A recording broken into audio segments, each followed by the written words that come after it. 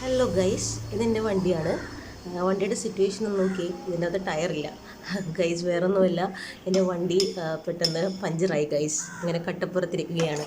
അപ്പോഴാണ് വണ്ടി എങ്ങനെ സർവീസ് ചെയ്യും അല്ലെങ്കിൽ എങ്ങനെ ടയർ മാറ്റും എന്ന് ആലോചിച്ചിരിക്കുമ്പോഴാണ് അങ്കിളുടെ കാര്യം ഓർത്തത്. അങ്കിളിന് ഓട്ടോമൊബൈൽ സർവീസ് ഉണ്ട്. അപ്പം അങ്കിൾ ഒരാളുടെ കോൺടാക്ട് നമ്പർ തന്നു. അങ്ങനെ കണക്ട് ചെയ്തു. ഇപ്പം മൊബൈൽ സർവീസ് ചെയ്യുന്ന ആളാണ്. അങ്ങനെ വന്ന് ടയർ മാറ്റി ഇട്ട് തന്നു.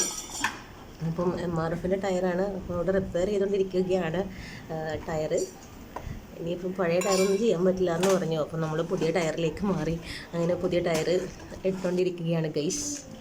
അപ്പം ഇതാണ് നമ്മളുടെ ഫൈനൽ സ്റ്റേജ്. അപ്പം ടയർ ഫിറ്റ് ചെയ്തുകൊണ്ടിരിക്കുകയാണ്. അങ്ങനെ മൊബൈൽ സർവീസ് ചെയ്ത് തന്നു.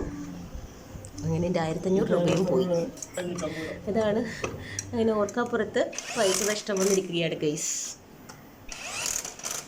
അപ്പോൾ അത്രേ ഉള്ളൂ കേട്ടോ.